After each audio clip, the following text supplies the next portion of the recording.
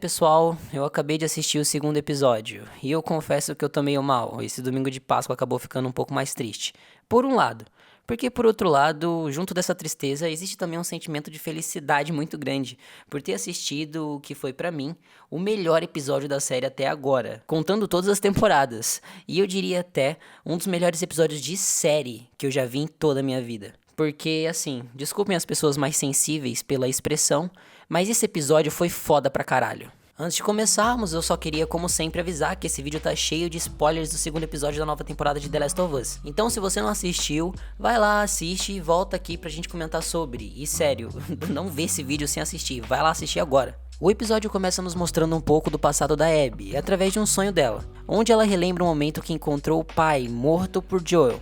E mesmo depois de tantos anos, esse momento atormenta a Abby a todo instante, o que explica todo esse ódio intenso que ela tem pelo Joel. Afinal, ele foi o causador de tudo isso, né? Ao acordar, ela e seus companheiros percebem que Jackson é muito maior do que eles imaginavam, e chegam à conclusão de que precisam bolar um plano para tentar encontrar Joel, sempre enfatizando que precisam fazer isso sem ferir ninguém. Ninguém além de Joel deveria sofrer nesse processo. Em Jackson, os moradores andam se preparando para uma possível chegada de grandes quantidades de infectados, pois eles haviam encontrado nas redondezas diversos deles, se escondendo na neve, usando corpos de outros infectados congelados como uma espécie de cobertura.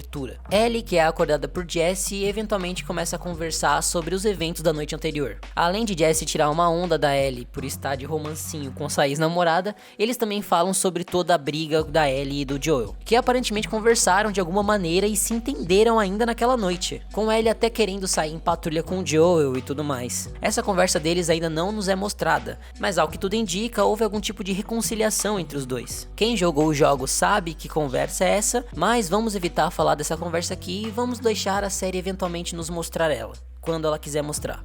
Engraçado que toda essa conversa entre a Ellie e o Jesse não existe no jogo, assim como muitas outras coisas nesse episódio que foram alteradas, adicionadas ou até removidas. Mas ainda assim eu gostei bastante, pelo menos dessa conversa da Ellie e do Jesse. E é sério, eu sei que essas coisas podem mudar a maneira como nós construímos o sentimento por alguns personagens, ou a maneira sobre como algum ponto específico da história é contado, mas apesar de diferente do game em alguns aspectos, eu curti muito essa nova maneira que eles usaram para contar certas coisas. Menos essa parte do babaca preconceituoso, que tenta pedir desculpa pra Ellie e ela não lança a piadinha do preconceituiches. Sério, custava nada botar essa piadinha, poderia estar ali, né? Enfim.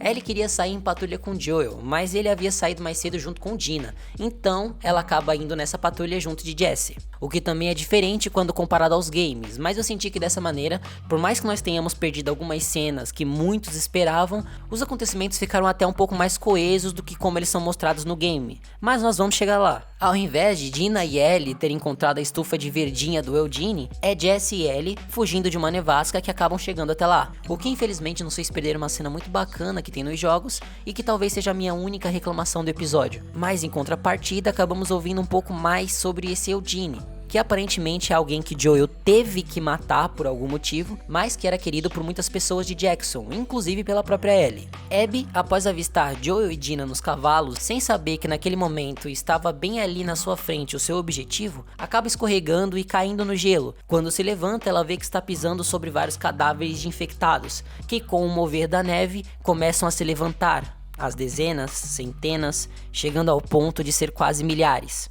Não dá pra dizer muito bem ao certo quantos tem ali, só sabemos que são muitos. Toda a cena de fuga da Abby é tão agoniante quanto no game, e a cada cena que a horda de infectados aparece, ela tá cada vez maior, o que de verdade me causou um puta desespero. E assim como nos jogos, depois de ser completamente encurralada pelos infectados, Abby tem sua vida salva por Joel. E aqui eu sinto que a série conseguiu arrumar algo que muitas pessoas não gostam no jogo, inclusive eu. Nos jogos, a Abby acaba descobrindo a identidade do Joel por um descuido do próprio Joel. E eu lembro que isso gerou um hate da comunidade muito grande, dizendo que o Joel nunca cometeria esse tipo de erro, que ele era velho demais e cascudo demais pra deixar isso acontecer. Mas quando vamos pra dentro da série, como é a Dina e não o Tommy que está junto de Joel, logo de cara quando Joel se tranca no armazém fugindo dos monstros, Dina grita o nome dele, e já ali Abby percebe que ele era o seu alvo. Tendo isso em mente e sabendo que não poderia matar Joel ali sem morrer pros infectados que estavam os encurralando, Abby fala sobre a cabana que está com os amigos e sugere que eles fujam pra lá. Joel aceita e foge junto de Abby e Dina, sem ter nenhuma ideia do que o aguardava. Na cidade, os soldados tentam contato com Joel, mas é totalmente em vão. Preocupados, os soldados avisam Jesse e Ellie do paradeiro de Joel e Dina, e eles não pensam duas vezes e se dividem para procurá-los. Durante a fuga de Joel, Dina e Abby, aquela horda gigantesca de infectados para de segui-los e começa a descer em direção a Jackson, que já estava se preparando para algo mais ou menos daquela magnitude. E toda essa cena de guerra é simplesmente incrível. Ela me lembrou muito aquela cena de guerra dos vagantes brancos de Game of Thrones, que inclusive também a Bella Ramsey estava lá naquele episódio. Tanto no nível de produção, quanto no desespero que eu senti nessa cena e no medo daqueles zumbis infectados matarem geral. O fato dessa cena ser exclusiva da série, ou seja, não existe nada disso no jogo, só me deixou mais ansioso com tudo que estava acontecendo, porque qualquer coisa poderia acontecer. São milhares de infectados, com um dos infectados tanquezão junto com eles, e eles são tão numerosos que conseguem quebrar os muros da cidade, acabando assim destruindo muitas coisas, matando muitas pessoas, que mesmo treinadas não conseguiam se defender, seja pela dificuldade ou até mesmo de medo mesmo. E como Tommy foi gigante nessa parte. Salvou a esposa do monstro mais perigoso, o atraiu e enfrentou ele sozinho, mesmo que isso quase tenha tirado sua vida. Eu achei que isso engrandeceu tanto o personagem do Tommy, que no segundo jogo pra mim acabou sendo colocado meio de lado, sabe? Agindo quase como se fosse um problema em dado momento da história. Na série ele ter salvado toda a cidade, ao invés de estar com o Joel ali, acrescentou muito pro crescimento do personagem e fez muito mais sentido. Após o Tommy ter matado o tanque numa cena sinistríssima de ação e de guerra por toda a cidade, finalmente chegamos ao fatídico momento, o ponto alto do episódio. Abby, Dina e Joel chegam ao chalé onde estão os vagalumes, e depois de uma breve introdução que dura poucos segundos, Abby já deixa claro aos seus companheiros que aquele homem ali era o Joel. No mesmo instante, eles já fazem Dina de refém, para que Joel não reaja. Eles a dão algum tipo de sedativo, mas não antes dela reparar o símbolo dos Wolves, e isso vai ser muito importante mais pra frente na história. Após Dina apagar, quase que pra ter certeza de algo que já sabia, Abby pergunta a Joel onde foi que ele viu os vagalumes pela última vez, sob a ameaça de matar Dina caso ele mentisse. E logo depois de responder, ela estoura a perna do Joel com um tiro de 12. O que é uma cena bem icônica dos jogos, e que nessa série também ficou bem assustador igual. Ela obriga Mel a fazer um torniquete na perna do Joel, para que ele não perca sangue o suficiente para morrer, pelo menos não para morrer rápido, e começa a fazer seu discurso de vingança, carregado de ódio, de rancor. E ela faz de uma maneira, coloca um jeito ali de alguém que tá esperando há muito tempo pra fazer aquilo, sabe? E sério, que atuação da Kaitlyn Dever. De verdade, como ela tá mandando bem como Abby. Eu sei, né, uma Abby não musculosa, que, enfim, a questão do corpo da Abby, ela é bem complicada, né? A galera sempre tem muita polêmica aí com relação ao corpo da Abby. Eu sinto que era algo necessário por conta da psicologia da personagem, mas nesse momento eu até esqueci disso, sério, como ela mandou bem. E a Abby faz esse discurso todo de ódio, não de uma maneira prazerosa. Todo esse discurso é quase como um expurgo da alma da Abby, sabe? Que está totalmente ferida pela atitude de Joel e completamente cega de rancor e de vingança.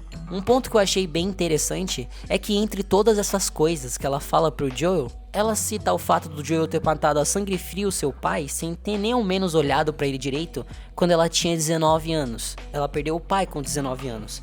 E mal sabe ela que nessa busca de tentar resolver os seus traumas através de vingança, ela está causando a uma outra jovem de 19 anos a mesma dor irreparável de perder um pai, que ela mesma havia sentido e que havia destruído.